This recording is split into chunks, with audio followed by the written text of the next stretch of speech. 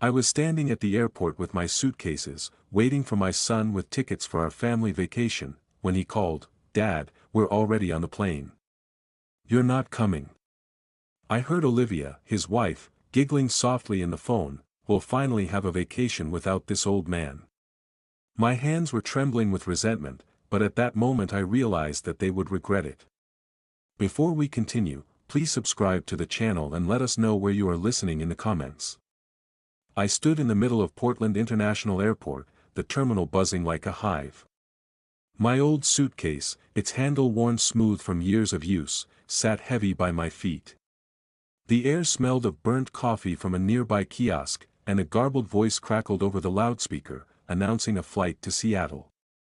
I checked my watch. 9:17 a.m. Liam should have been here by now, tickets in hand, ready for our family vacation to Hawaii. My fingers tapped nervously against my phone, the screen blank. Where was he? I shifted my weight, the ache in my knees reminding me of my 67 years. The crowd surged around me, a woman dragging a toddler, a businessman barking into his earpiece, a group of teenagers laughing over their phones. I scanned their faces, searching for Liam's familiar jawline, his quick stride. Nothing. My stomach twisted, but I pushed it down. He was probably stuck in traffic. Or maybe Olivia had slowed him down. She was always fussing over her makeup or her outfits. The phone buzzed in my hand, sharp and sudden. Liam's name lit up the screen. I exhaled, relief flooding me, and pressed it to my ear. "Hey, son, where are you? I've been waiting by the check-in desks." A pause. Too long. Then his voice, flat and cold, cut through the line. "Dad, we're already on the plane. You're not coming." My breath caught, like someone had punched me in the chest. The terminal's noise faded, the world narrowing to the phone pressed against my ear. What do you mean, I'm not coming?" My voice cracked, betraying me. I gripped the suitcase handle, the leather creaking under my fingers. Another pause. Then Olivia's voice, soft and venomous, slipped through the background. "We'll finally have a vacation without this old man." A giggle followed, sharp as a blade. My hands trembled, the phone nearly slipping from my grip. I opened my mouth to speak, but Liam cut me off. "Look, Dad, it's better this way. You just slow us down. We'll talk when we're back." The line went dead. I stood frozen, the phone still pressed to my ear, its blank screen staring back at me. The terminal roared back to life, announcements, footsteps, laughter, but it felt distant, like I was underwater. My chest burned, a mix of shock and rage. They were on the plane. The plane I'd paid for. The vacation I'd planned, down to the last detail, dreaming of sunlit beaches and my son's rare smile. And they'd left me behind, like I was nothing. Olivia's words echoed in my skull, "Without this old man." I forced my legs to move, dragging the suitcase behind me. Its wheels squeaked, a pathetic sound against the polished floor. People parted around me, their faces a blur. I passed the coffee kiosk, the scent now sour in my nose, and headed for the exit. My fingers fumbled in my coat pocket, brushing against the house keys I'd tucked there that morning. Cold metal, solid and real. Unlike my son's promises. Outside, the air was sharp, April's chill biting through my jacket. A line of yellow taxis idled at the curb, their drivers chatting in clusters. I raised a hand, and one peeled away, pulling up beside me. The driver, a wiry man with a graying beard, hopped out and grabbed my suitcase. "Rough morning?" he asked, tossing the bag into the trunk. I didn't answer, just slid into the back seat. The door slammed shut, sealing me in with the faint smell of pine air freshener. My hands were still shaking, knuckles white as I clenched them in my lap. Olivia's giggle played on a loop in my head, each note fueling the fire in my chest. They thought they could humiliate me, discard me like an old coat. But they were wrong. The driver climbed in and glanced at me in the rearview mirror. "Hey, Buddy. You okay? Where we headed? I stared out the window, the airport shrinking behind us. My reflection flickered in the glass, gray hair, lined face, eyes harder than I'd ever seen them. They'd regret this. All of it. Kinda need a destination, the driver said, his voice light but curious. I unclenched my fists, the keys in my pocket digging into my thigh. Home, I said, my voice low and steady. Take me home. The taxi hummed along the highway, rain streaking the windows like tears. Portland's skyline blurred in the distance, a gray smear against the April sky. I sat in the back seat, my hands folded tightly in my lap, the house keys in my pocket pressing into my thigh. The driver's radio played a soft jazz tune, barely audible over the patter of rain and the occasional squeak of the wipers. The air smelled of worn leather and faint cigarette smoke, clinging to the seats. I stared at the water sliding down the glass, my mind replaying Liam's voice, "You're not coming. Hey, you sure you're okay back there?" The driver's voice broke through, warm but cautious. I glanced at the rearview mirror, catching his eyes, brown, creased with concern, framed by a shock of silver hair. His name tag, pinned to a faded jacket, read Frank. "Fine," I muttered, my voice rougher than I meant. I didn't want to talk, not to him, not to anyone. But Frank wasn't the type to let silence linger. "Long day, huh? Airport's a madhouse this time of year." He chuckled, adjusting his grip on the wheel. "Dropping folks off, picking them up, makes me miss my kids, you know. They're grown now, scattered across the country. You got family waiting at home?" My jaw tightened. Family. The word stung, sharp as a fresh cut. I thought of Liam's cold tone, Olivia's mocking giggle. My fingers curled around the keys in my pocket, their edges biting into my palm. "Something like that," I said, staring out the window. Frank didn't push, but his question hung in the air, stirring memories I didn't want. Liam at 20, his eyes bright as I handed him the keys to his first car, bought with my overtime checks. The way he'd grinned, promising to make me proud. Or the day I paid for his wedding, watching Olivia glide down the aisle in a dress that cost more than my monthly pension. She'd barely thanked me, her smile tight as she whispered to Liam about the old-fashioned venue. My house, the one they lived in rent-free, was old-fashioned, too, according to her. I'd heard her say it last month, her voice dripping with disdain as she stood in my kitchen, sipping my coffee. I shifted in the seat, the leather creaking under me. The rain was heavier now, drumming against the roof. I thought of all I'd given them, college tuition, car repairs, the down payment for their honeymoon. And for what? So they could leave me stranded in an airport, laughing like I was some burden they'd finally shed. You ever feel like you gave too much? The words slipped out before I could stop them, low and raw. Frank glanced back, his brow furrowing. To family? Hell, all the time. Gave my daughter my old truck when she moved to Seattle. She sold it a month later, didn't even tell me. He shook his head, but his tone stayed light. But that's how it goes, right? You give 'cause you love, doesn't always come back the way you hope. I nodded, my throat tight. Love. I'd loved Liam fiercely, even when he started pulling away, his calls growing shorter, his visits rare. I'd told myself it was just life, marriage, work, Olivia. But now I saw it clearly, every sacrifice, every dollar, had been a rope they'd used to tie me down, to keep me useful until they didn't need me anymore. The taxi slowed, turning into my neighborhood. The houses here were tidy, their lawns clipped, but the familiarity felt hollow.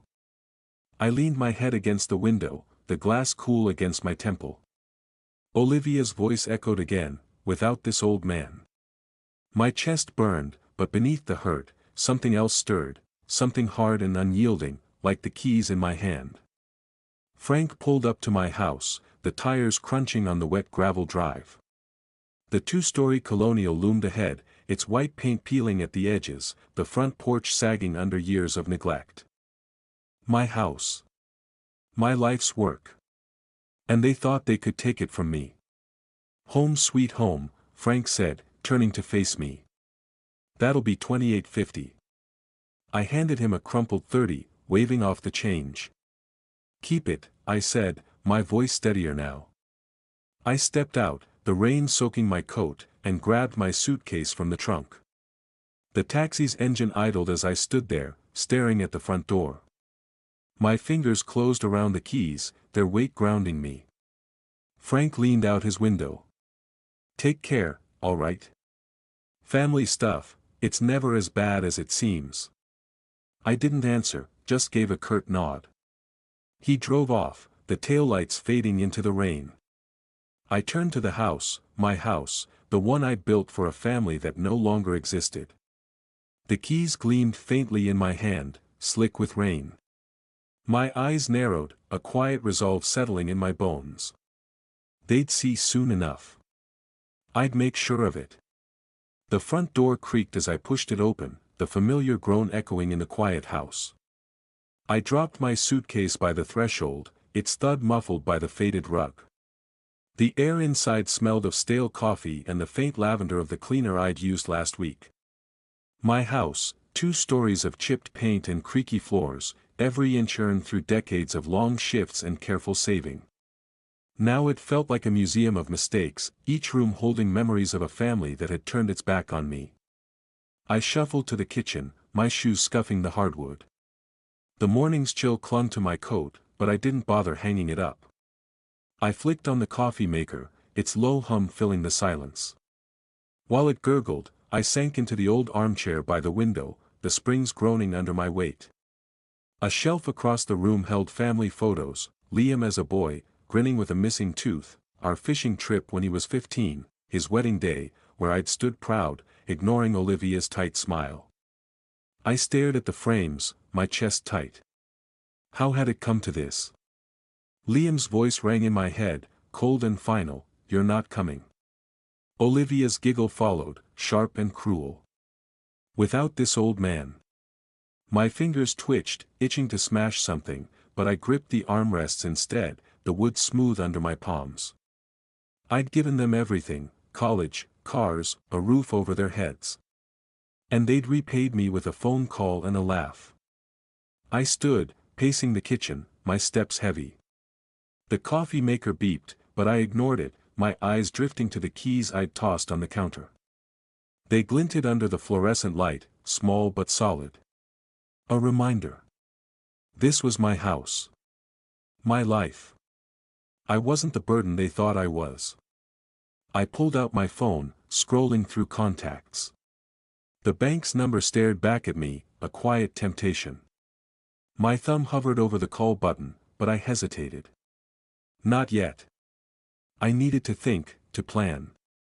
I wasn't Liam, acting on impulse, or Olivia, scheming behind fake smiles. Whatever I did, it would be deliberate. Fair. They'd feel it. I wandered to the living room, my hand brushing the back of the couch where Liam used to sprawl, demanding money for some new gadget. "Dad, you don't get it," he'd say, rolling his eyes when I suggested saving. Olivia was worse, her complaints slicing like paper cuts. "This house is so dated," she'd said once, sipping wine I'd paid for. "You should renovate." As if I hadn't poured my life into these walls. I stopped by the fireplace, my gaze landing on another photo, Liam and me at his graduation. I'd worked double shifts to cover his tuition, never complaining. He'd hugged me that day, promising to make me proud. A lie, I saw now. My throat burned, but I swallowed it down. No tears. Not for them. I thought of their voices in the airport, the ease with which they'd cut me out. They thought I was weak, a pushover who'd keep giving no matter what. They were wrong. I wasn't that man anymore. The man who'd stood in that terminal, shocked and trembling, was gone. In his place was someone else, someone who wouldn't let this go unanswered. I crossed to the window, the curtains rough against my fingers as I pushed them aside. The front yard stretched out, the grass patchy from neglect. Beyond it, the neighborhood was quiet, the rain slowing to a drizzle. I could see Elaine's house next door, her porch light glowing faintly.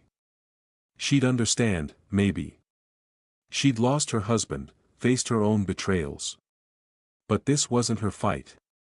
It was mine. My reflection stared back from the glass, eyes sharp and unyielding.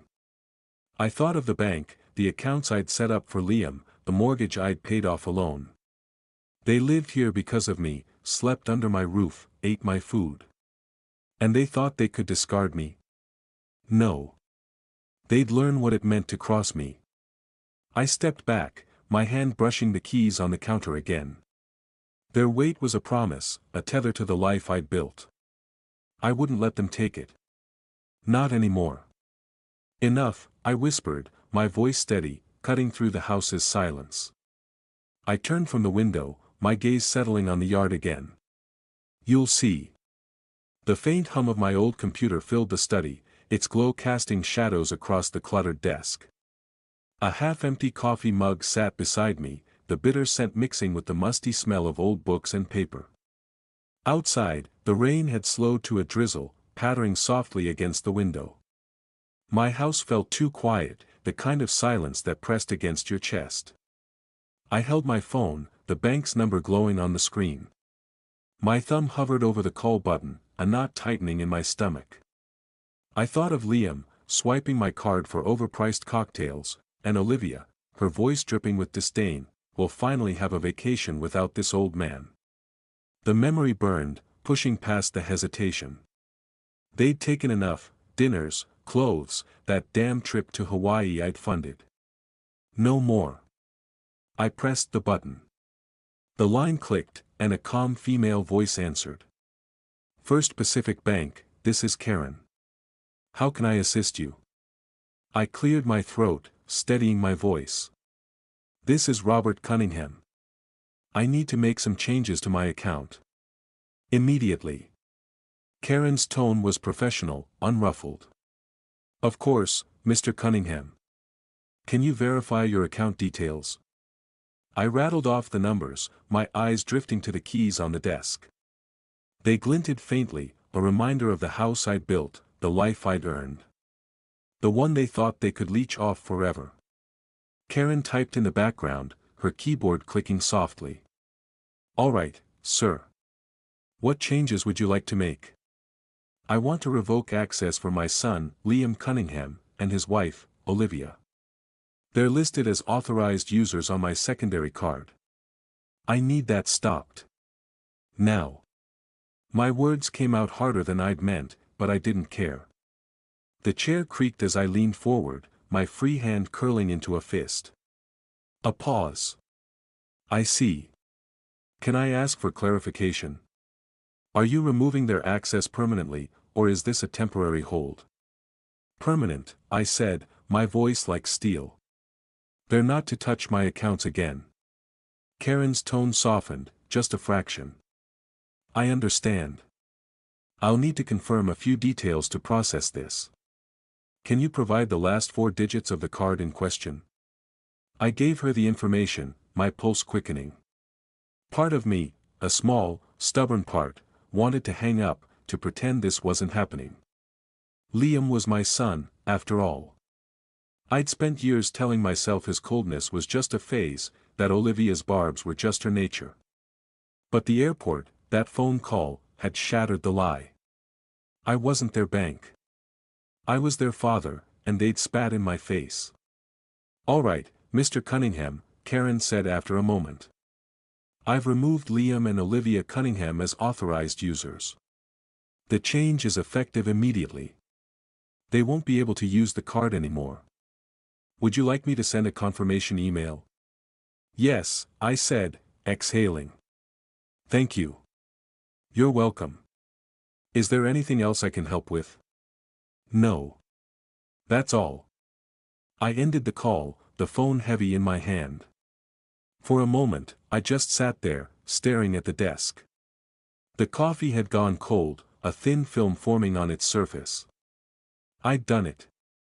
The first step. A strange mix of relief and dread churned in my gut. What would they do when they found out? Scream? Beg? I almost wanted to hear it. I stood, my knees protesting, and crossed to the window. The yard stretched out, patchy and wet, the neighbor's porch light glowing faintly through the mist. Elaine's house. She'd probably be up, sipping tea, ready to talk my ear off about her garden. But this wasn't her business. Not yet. My gaze fell back to the keys on the desk. I picked them up, their cool weight grounding me. This house, this life, it was mine. Not theirs. I closed my fist around the keys, the edges biting into my palm. Let them feel what it's like to lose something. The phone buzzed, snapping me out of my thoughts. A text notification lit up the screen, Liam's name. My heart skipped, but I didn't open it. Not yet. A slow smile crept across my face, sharp and unfamiliar. Let them squirm. I slipped the phone into my pocket and turned back to the window, the keys still in my hand. The rain had stopped, leaving the world quiet and still. Too quiet. I sat back in my study, the phone still warm from the bank call, and let my mind drift to Hawaii. I could picture it perfectly, Liam and Olivia, smug and carefree, lounging in some overpriced hotel restaurant. The kind with white tablecloths and crystal glasses that caught the light just so. The air would smell of plumeria and salt, the ocean's murmur drifting through open windows. They'd be laughing, toasting their victory over me, oblivious to the storm I just unleashed. I imagined the moment it hit. There at their table, Liam in some flashy shirt, Olivia with her perfect nails tapping the stem of a wineglass. The waiter, young, polite, probably used to entitled tourists, slides their card back across the table. "I'm sorry, sir," he says, his voice low. The payment was declined. Liam's laugh would falter, his brow creasing. "That's impossible. Run it again." He'd lean forward, all confidence, as if his charm could fix a computer's verdict. The waiter would nod, retreating, but the second attempt would fail too. I could see Liam's face redden, his fingers drumming the table. Olivia would lean in, her voice a hiss. "What did you do, Liam? Did you forget to tell him something?" "It's not me," Liam would snap, yanking out his phone. He'd call the bank, his voice rising as the automated system loops him through menus. Olivia's eyes would narrow, her napkin twisted in her hands. Then it would click. "It's him," she'd say, her voice low and venomous. "Your father."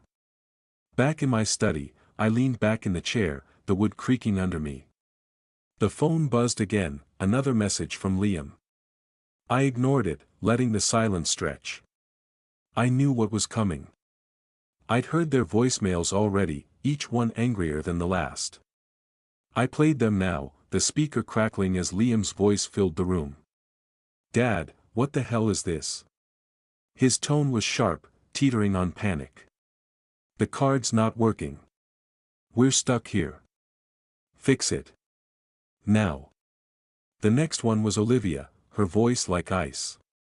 "You think this is funny, Robert? Blocking our card? You're ruining our trip. You're pathetic." I let the messages play, their words washing over me. Pathetic. That's what they thought. But they were the ones scrambling, their perfect vacation crumbling because they'd underestimated me. I pictured them back in their hotel room now, the ocean view mocking them. Liam pacing, phone in hand, redialing me uselessly. Olivia perched on the bed, her arms crossed, plotting. "You idiot," she'd say, her voice cutting. "You said he'd never do this. You said he was too soft." "Don't start," Liam would fire back, raking a hand through his hair. "I didn't think he'd go this far. He's never pushed back before." "Well, he has now," Olivia would retort, her eyes flashing. "And we're screwed unless you figure this out." I could almost hear the wheels turning in her head. Olivia was clever, too clever. She'd be the one to pivot, to find a way to strike back. Call Mason, she'd say, her voice steadying. He owes us. He can talk to your dad, sort this out. Liam would hesitate, his pride stung, but he'd nod. Fine. But this isn't over. He's going to regret this. My phone buzzed again, pulling me back to the study. Another voicemail. I played it, Liam's voice low and menacing. You think you're clever, Dad? Cutting us off. You're going to wish you hadn't. I mean it. I set the phone down, my pulse steady. Let them threaten. They had no power here. Not anymore. My eyes drifted to the stack of papers on the desk, legal documents, neatly clipped, waiting for my next move. The house keys sat beside them, their dull shine a quiet promise. They could rage all they wanted. I was just getting started. I leaned back, the chair groaning, and stared at the documents. Outside, the drizzle had stopped, leaving the world hushed. Too hushed. The lawyer's office smelled of polished wood and old leather, the kind of scent that clung to important decisions. I sat across from Mr. Hargrove, a gray-haired man with a face like weathered oak, his pen scratching notes on a legal pad. The folder of documents I'd brought lay open on his desk, its contents stark and final. Outside, Portland's downtown buzzed faintly, car horns, footsteps, the pulse of a city moving on without me. Inside, it was just us, the clock ticking softly on the wall. So, Robert, Hargrove said, peering over his glasses. You're certain about this? Removing Liam entirely from the will? I nodded, my hands folded in my lap. Certain. My voice was steady, but my chest tightened. Liam's face flashed in my mind, his grin at 16, holding up a trout we'd caught together. Then his voice from yesterday, cold and accusing, you're going to regret this. I pushed the memory away. He's made his choices. Hargrove raised an eyebrow, his pen pausing. I have to ask, family matters can be emotional. If you change your mind later, it's more paperwork. You're sure you want to move forward? I hesitated, just for a second. I thought of Liam's birthday last month, how I'd called and left a voicemail, my voice cheerful, only to get a text back hours later, busy, Dad. Talk later. No call came. Olivia's words echoed too, sharp and mocking. They didn't deserve my loyalty. Not anymore. I'm sure, I said, meeting his gaze. Let's do it. Hargrove nodded, jotting something down. All right. I'll draft the new will. You'll need to sign it, and we'll need a witness. Should be straightforward. He slid a form across the desk, his pen clicking. Anything else you want to add? Beneficiaries, specific bequests. I thought of the house, the keys I'd left on my desk that morning. The house stays mine, I said. For now, no beneficiaries. I'll decide later. He scribbled again, then looked up. Fair enough. I'll have this ready by tomorrow. You can come back to sign. I stood, shaking his hand, the folder tucked under my arm. The weight of it felt right, like a shield. As I stepped toward the door, a familiar voice stopped me.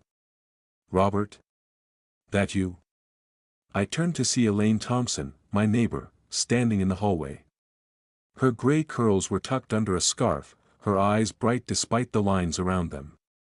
She held a paper cup of coffee, the steam curling upward. Didn't expect to see you here, she said, her voice warm but curious. Elaine, I said, managing a small smile. Just, handling some business. Her gaze flicked to the folder, then back to me. Sounds serious. Got a minute for a coffee? There's a place across the street. My treat. I hesitated, but her warmth was hard to refuse. Sure, I said, following her out. The lawyer's door clicked shut behind us, the sound sharp in the quiet hall. The cafe was small, its air thick with the scent of roasted beans and cinnamon. We settled at a corner table, the clink of cups and low chatter surrounding us. Elaine sipped her coffee, studying me. "You look like a man with a plan," she said, her tone light but probing. "Spill it. What's got you hauling folders to lawyers?" I chuckled, but it came out hollow. "It's complicated. Try me," she said, leaning forward. "I've got my own stories. Did I ever tell you about my cousin? Tried to swindle me out of my house after my husband passed. Family can be a real kick in the teeth." Her bluntness caught me off guard, but it was comforting. I took a sip of coffee, the bitterness grounding me. "Liam and Olivia," I started, my voice low. "They crossed a line. I'm making sure they don't do it again." Elaine's eyes narrowed, but not with judgment. "Good for you. People like that, they think they can take and take. You've got to draw a line." She paused. Then added, "If you need a hand, I'm here. I'm no lawyer, but I'm nosy and I've got time." I smiled, genuinely this time. "I'll keep that in mind." We talked a while longer, her stories pulling me out of my head. But as I walked home later, the folder still under my arm, my thoughts darkened. Elaine was a friend, maybe an ally, but this fight was mine. I turned the corner to my street, the house coming into view, its sagging porch a quiet accusation. Then I froze. A car I didn't recognize, a sleek black sedan, was parked in my driveway. Mason's car. Liam's friend. I slowed my steps, my grip tightening on the folder. The air felt heavy, charged. What was he doing here? The living room was dim, lit only by the soft glow of a table lamp that cast long shadows across the hardwood. The air smelled of polished wood and the faint lavender of the throw blanket draped over the couch. I sat in my old armchair, a photo album open on my lap, the pages yellowed with time. Liam's face stared back at me from a snapshot, his 10th birthday, cake smeared on his cheeks, his grin wide and unguarded. The memory ached, but I pushed it down, my fingers tracing the edge of the album. A low rumble outside snapped me out of it. Headlights swept across the front windows, tires crunching on the gravel drive. I stood, the album sliding shut with a soft thud, and peered through the curtains. Mason's black sedan sat in my driveway, its engine idling like a crouched animal. My pulse quickened, but I forced my breathing steady. So, they'd sent him. Liam and Olivia's errand boy. The doorbell rang, sharp and insistent. I crossed the room, my shoes scuffing the rug, and opened the door. Mason stood on the porch, tall and broad-shouldered, his expensive leather jacket gleaming under the porch light. His smile was all teeth, the kind that didn't reach his eyes. "Evening, Robert," he said, his voice smooth as oil. "Mind if I come in?" I didn't move, my hand resting on the doorframe. "What do you want, Mason?"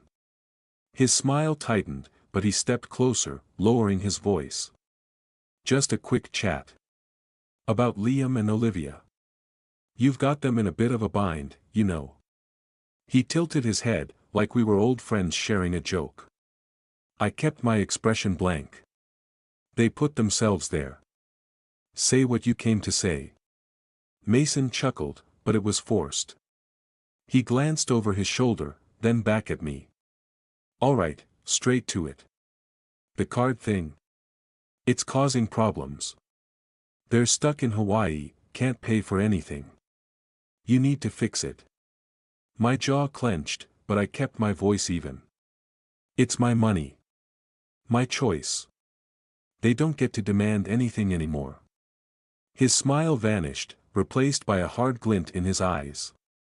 He leaned in, his voice dropping to a growl. "Come on, Robert. You don't want to make this messy. Liam's your son. He deserves your help. Always has."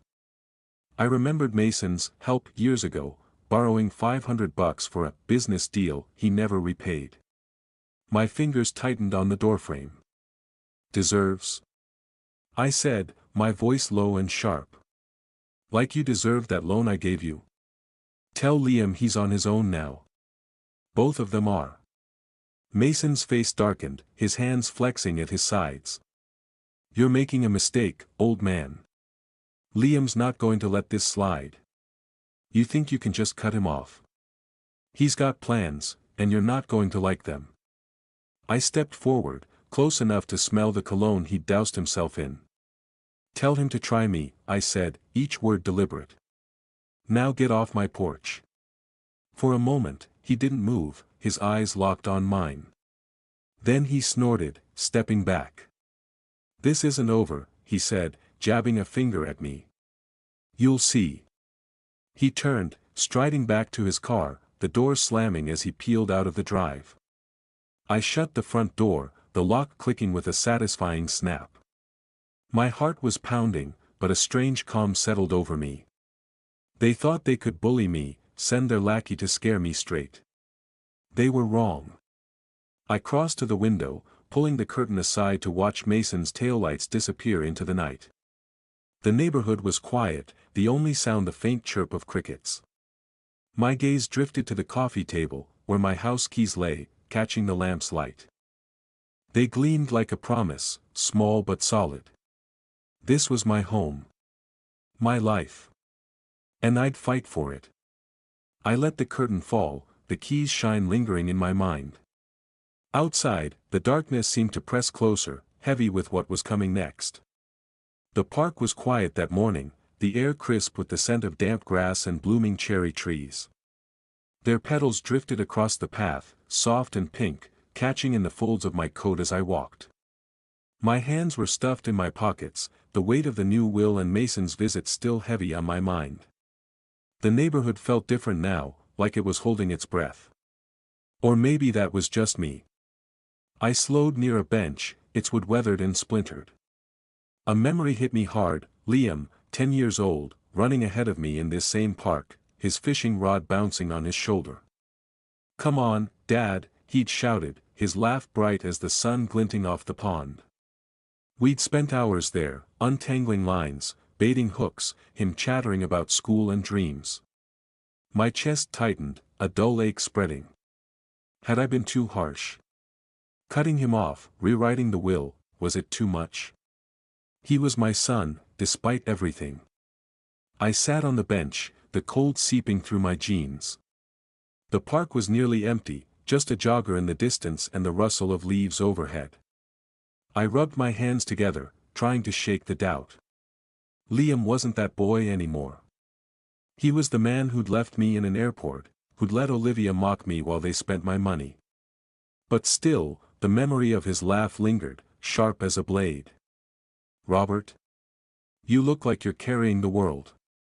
Elaine's voice cut through my thoughts. She stood a few feet away, her gray curls peeking out from a knit cap, her dog, a scruffy terrier named Max, sniffing the grass at her feet. Her eyes were sharp, but kind, like she could see right through me. I managed a half smile. Just thinking. Didn't expect to see you here. Max drags me out every morning, she said, patting the dog's head. His fur was soft, matted with dew. You, though, you've got that look. Like you're wrestling with something big. Want to talk? I hesitated, but the weight in my chest pushed the words out. It's Liam. I keep remembering him as a kid. Makes me wonder if I'm doing the right thing.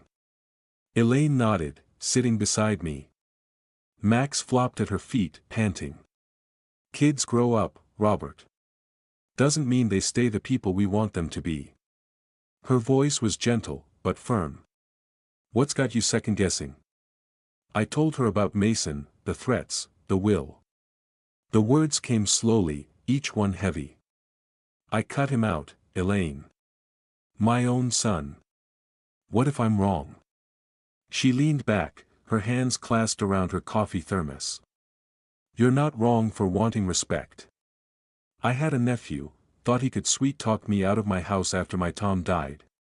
Smiled to my face, then tried to forge my signature. Family's no excuse for betrayal. She paused, her eyes meeting mine. You gave Liam everything.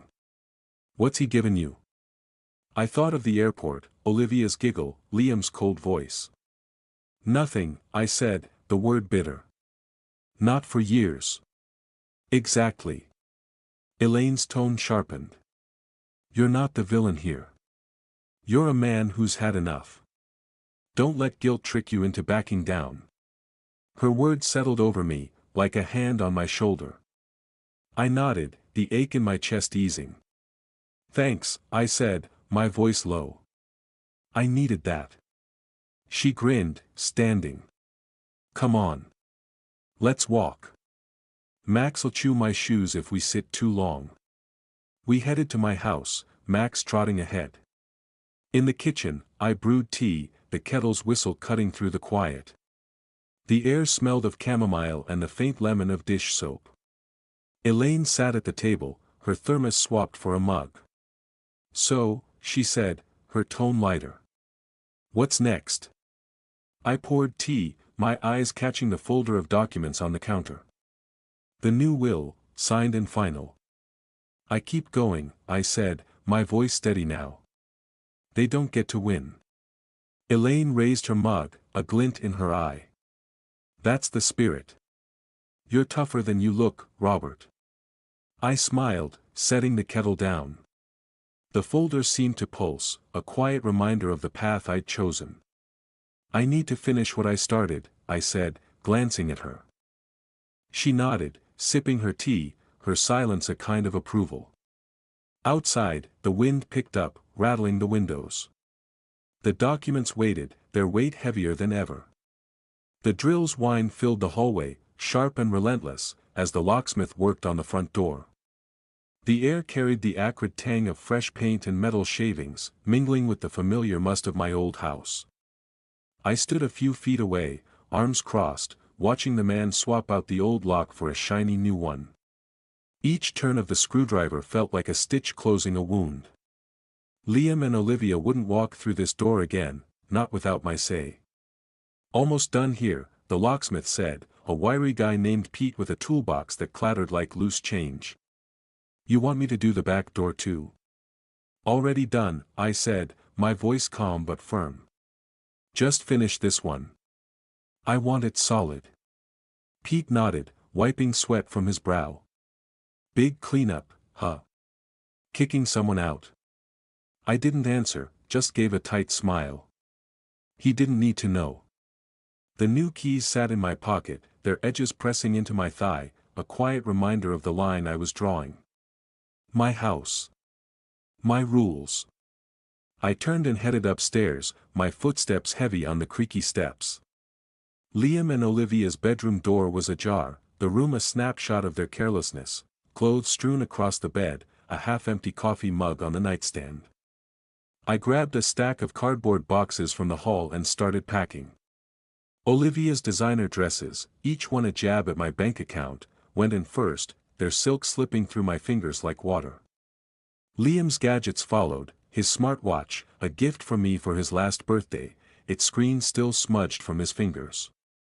Every item was a memory of my generosity, their ingratitude. I worked methodically, folding, stacking, sealing. The act was strangely satisfying, like reclaiming pieces of myself. I paused at a photo on their dresser, Liam and Olivia at some beach, their smiles smug. I tossed it into the box without a second glance. Let them keep their memories. They wouldn't keep my home. Pete's drill stopped, his voice calling up. All set, Mr. Cunningham. Want to test the keys? Be right down, I shouted, taping the last box shut. I carried it downstairs, the weight tugging at my arms, and stacked it with the others in the yard. The grass was damp, the April air cool against my skin. The boxes formed a neat row, a silent eviction notice. I pulled a note card from my pocket, scribbled a message, "You don't live here anymore," and tucked it under the top box's flap. Simple. Final. The front door creaked open, and Elaine stepped out, her scarf fluttering in the breeze. She'd stopped by to check on me, her presence a steady anchor. Well, damn, Robert, she said, eyeing the boxes. You don't mess around. I shrugged, dusting my hands. Had to be done. She nodded, her eyes scanning the yard. They're going to lose it when they see this. You sure you're ready for the fallout? They've had their chances, I said, my voice low. I'm done waiting for them to change. Elaine's lips twitched, almost a smile. Good. But keep your eyes open. People like them don't go quietly. I glanced at her, the warning settling in. She was right, Liam and Olivia wouldn't just slink away. But I was ready. Or I thought I was. Pete emerged, toolbox in hand. Locks are tight. Here's your keys. He handed me a small ring, the new keys glinting in the fading light. Anything else? That's it, I said, slipping the keys into my pocket. Thanks, Pete. He tipped his cap and headed to his van, the engine rumbling as he drove off. Elaine and I stood there, the yard quiet except for the rustle of leaves. The boxes loomed, a testament to the bridge I'd burned. You did good, Elaine said, her voice soft but sure. This is yours now. All of it. I nodded, my throat tight. The new keys felt heavier than before, their weight a promise and a burden. I turned to the house, its silhouette sharp against the dusk. Then I heard it, a faint drone overhead, the low hum of a plane cutting through the sky. My grip tightened on the keys, my pulse quickening. They were coming back. The living room was warm, the scent of fresh coffee curling from the mug in my hands. The lamp cast a soft glow, pooling on the rug, its frayed edges a quiet testament to years of footsteps. Outside, the May evening had settled over Portland's suburbs, the air cool and heavy with the promise of rain. I sat in my armchair, the new keys in my pocket a reassuring weight, when a low rumble broke the silence. Headlights flashed across the curtains, tires crunching on gravel. They were back. I stood, setting the mug down, and moved to the window, easing the curtain aside. Liam and Olivia stumbled out of a taxi, their suitcases thudding onto the driveway. Liam's shirt was rumpled, his hair a mess, while Olivia clutched her designer bag like a lifeline, her heels clicking on the pavement. They looked smaller somehow, diminished under the streetlight's harsh glow. I stayed still, my breath steady, watching. Liam fumbled with his keys, his movements jerky as he approached the front door. The lock didn't budge. He tried again, twisting harder, his shoulders tensing. What the hell, he muttered, loud enough to carry through the glass. Olivia stepped closer, her voice sharp. Try it again, Liam. You're doing it wrong. I'm not, he snapped, shoving the key in once more. The door stayed shut, unyielding. He slammed his palm against it, the sound echoing in the quiet night. Dad! Open the damn door. I didn't move. My pulse quickened, but not from fear. This was it, the moment I'd built toward. The new locks, the boxes, the note. They'd feel every choice they'd made, every word they'd thrown at me. Olivia's giggle from that airport call echoed in my head, without this old man. Let them see what that meant. Liam pounded again, his voice rising. Dad, I know you're in there. Stop this crap and let us in. Olivia grabbed his arm, her nails digging in. Scream louder, why don't you? The whole street's watching. Then what do you suggest, he hissed, turning on her. He's locked us out, Liv. Our own house. It's his house, she shot back, her voice low and venomous. You said he'd never do this. You said he was spineless. Liam's face twisted, but he didn't answer. He kicked the door, the thud dull and futile. Olivia's eyes darted to the side yard, narrowing as she spotted the stack of boxes I'd left there. What's that? She said, her tone shifting to something colder. They moved together, their suitcases abandoned on the grass. I leaned closer to the window, my fingers brushing the curtain's rough fabric. Liam reached the boxes first, yanking one open. Olivia's dresses spilled out, silk catching the light. He froze, then dug through another, pulling out his smartwatch, a pair of shoes. He packed our stuff, he said, his voice cracking. Olivia snatched a note card from the top box, her hands trembling as she read it. Her lips parted, then twisted into a snarl. "You don't live here anymore," she read aloud, her voice rising. "Your things are behind the house. Clear the yard by tomorrow." She tore the note in half, the pieces fluttering to the ground. "That bastard." Liam spun back to the door, his fists hammering. "You think this is funny, Dad? Throwing us out like trash? You're heartless." His voice broke, raw and desperate. Olivia joined him, her knocks sharp and rhythmic. "Robert, open this door right now. You can't do this to us." I stepped back, letting the curtain fall. Their voices faded to a muffled roar, like a storm raging outside a sealed window. My chest was tight, but not with regret. This was justice, cold and clear. They'd taken my trust, my money, my home for granted. Now they had nothing but their anger and their bags. The phone on the coffee table buzzed, Liam's name flashing. I stared at it, the screen glowing in the dim room. Another buzz, then another, voicemails piling up. I didn't pick up. I didn't need to hear their excuses. The keys in my pocket felt heavier, grounding me. I turned away from the window, the pounding outside growing fainter, and set the phone down on the table, its light flickering like a dying star. The kitchen was dark, save for the faint glow of a single bulb above the sink. The air smelled of chamomile tea, the kettle still warm on the counter. Outside, the drizzle had started again, streaking the windows and blurring the streetlights.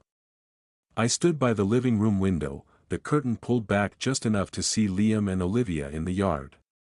Their suitcases sagged under the rain, the cardboard boxes I'd left them collapsing into soggy heaps.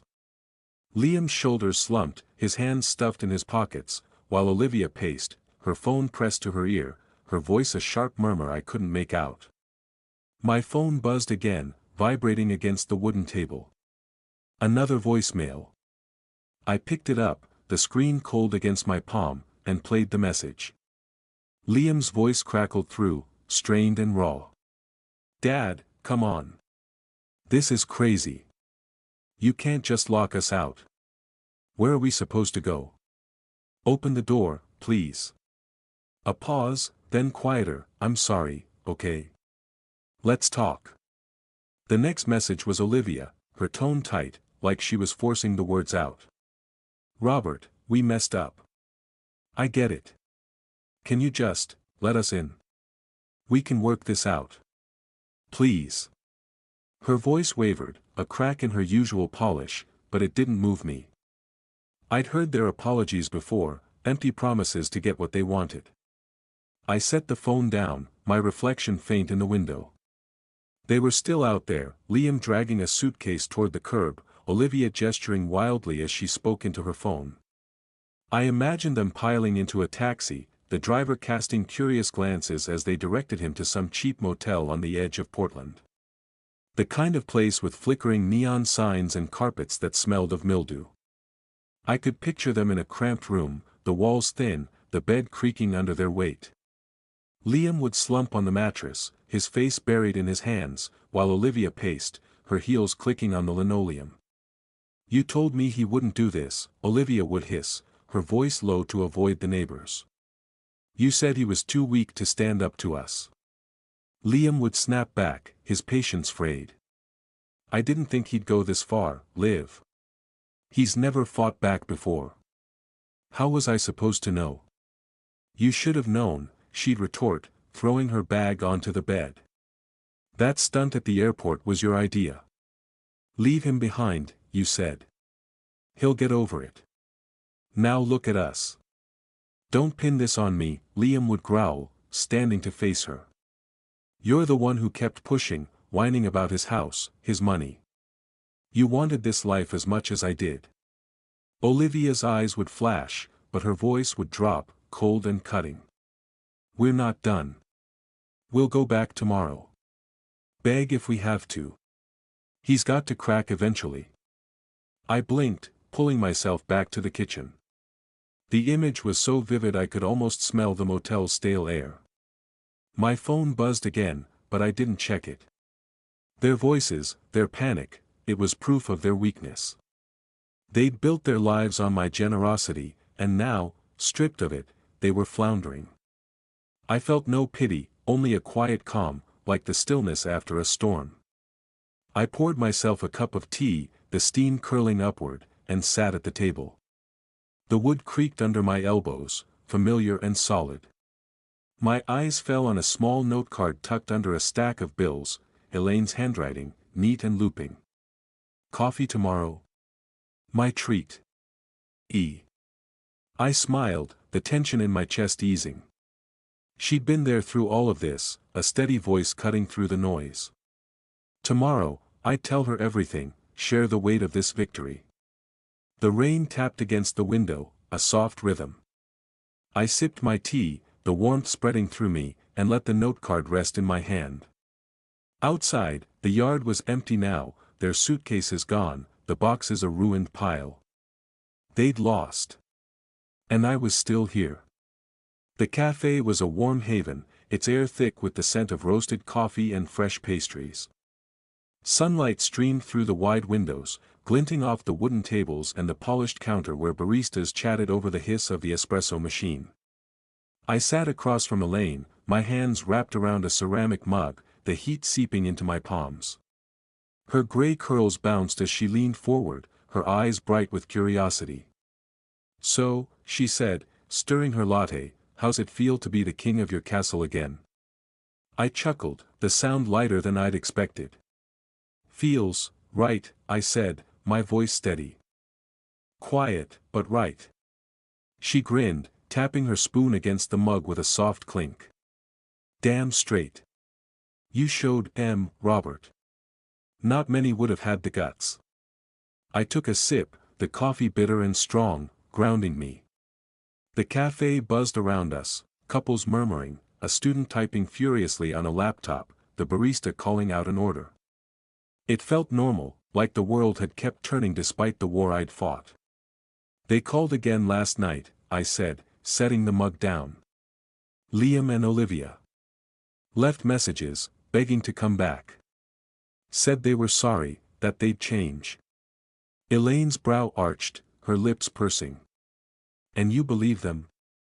I shook my head, a small smile tugging at my mouth. Not a word. It's the same old song, say what I want to hear, then go back to their ways. I'm done dancing to it. Good, she said, her voice firm. You protected yourself. That's what matters.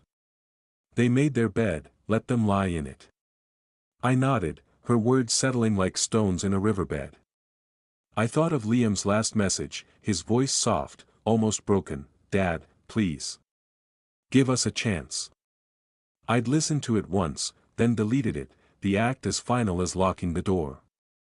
Olivia's message had been smoother, calculated, but it rang just as hollow. They weren't sorry for hurting me, they were sorry they'd lost their meal ticket. The clarity of it was freeing, like shedding a weight I'd carried too long. We talked a while longer, Elaine sharing her plans to plant roses in her garden, her enthusiasm pulling me into the moment. You should come help, she said, her eyes twinkling. Get your hands dirty. It's good for the soul. Maybe I will, I said, meaning it.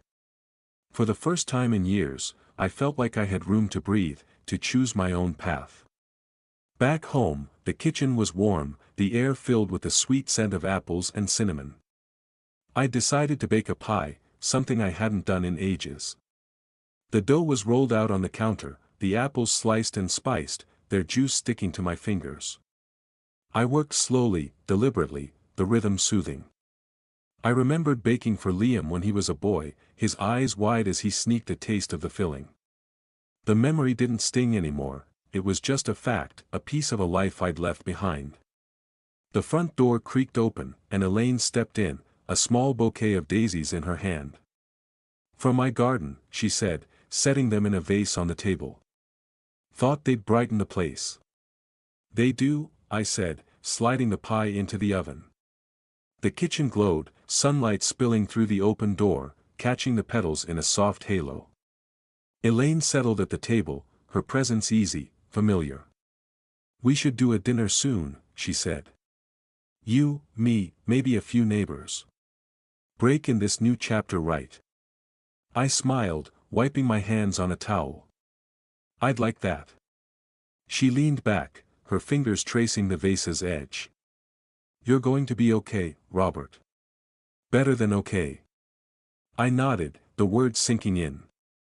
The oven hummed, the pie baking, its warmth filling the room. I thought of Liam and Olivia, somewhere out there, scrambling to rebuild without me.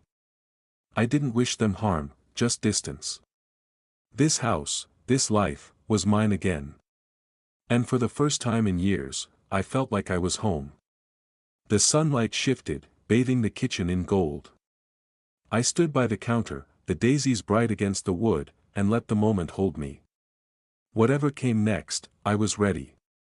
If you liked this story, please like this video, subscribe to the channel, and share your impressions of this story in the comments. To listen to the next story, click on the box on the left. Thank you for watching.